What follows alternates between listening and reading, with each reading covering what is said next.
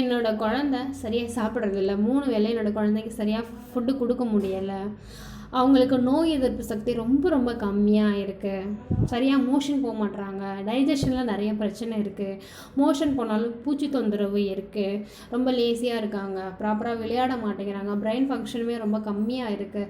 So என்னோடய குழந்தை சின்ன வயசுலேயே வந்துட்டு ரொம்ப ஒபேஸ்டாக இருக்காங்க. ஸோ இந்த மாதிரி பிரச்சனைகள் வந்து இப்போ இருக்கிற காலகட்டத்தில் நிறைய பேர் வந்து ஃபேஸ் பண்ணிகிட்டு இருக்கோம். ஸோ அப்படி இருக்கும்போது என்ன மாதிரி உணவுகள் கொடுக்கலாம்? அதாவது சரிவிகித உணவு, சமச்சீரான உணவு, அத்தியாவசியமான உணவுன்னு இருக்கும். இதைய டெய்லி பேசிஸில் நம்ம குழந்தைங்களுக்கு கொடுக்கணும்.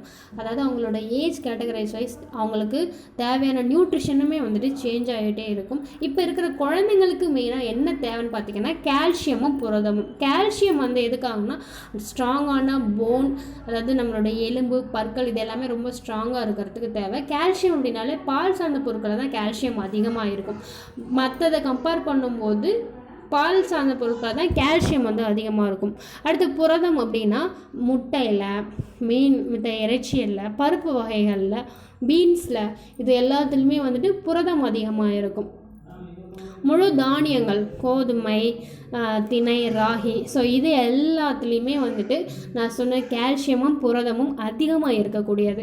அப்போது இதெல்லாம் நீ டெய்லி பேசிஸில் கொடுக்கும்போது குழந்தைங்களுக்கு தேவையான விட்டமின்ஸ், மினரல்ஸ், கார்போஹைட்ரேட், ப்ரோட்டீன், கொழுப்புகள் எல்லாமே அடங்கி ஒரு சீரான உணவாக இருக்கும். இந்த மாதிரி உணவுகள் எடுக்கும்போது உங்கள் குழந்தைங்க வந்து ரொம்பவே நீடித்த ஆற்றலோடு இருப்பாங்க.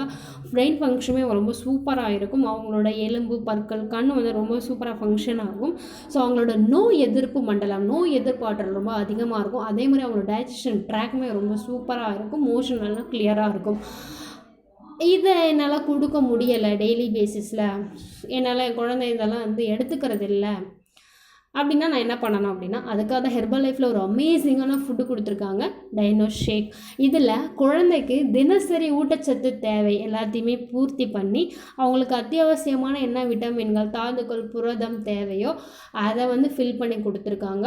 ஒரு நாளைக்கு ஒரு வேளைக்கு ஒரு சர்விங்க்கு 6 கிராம் ஆஃப் ப்ரோட்டீன் குழந்தைக்கு கவர் பண்ணி கொடுத்துருவாங்க.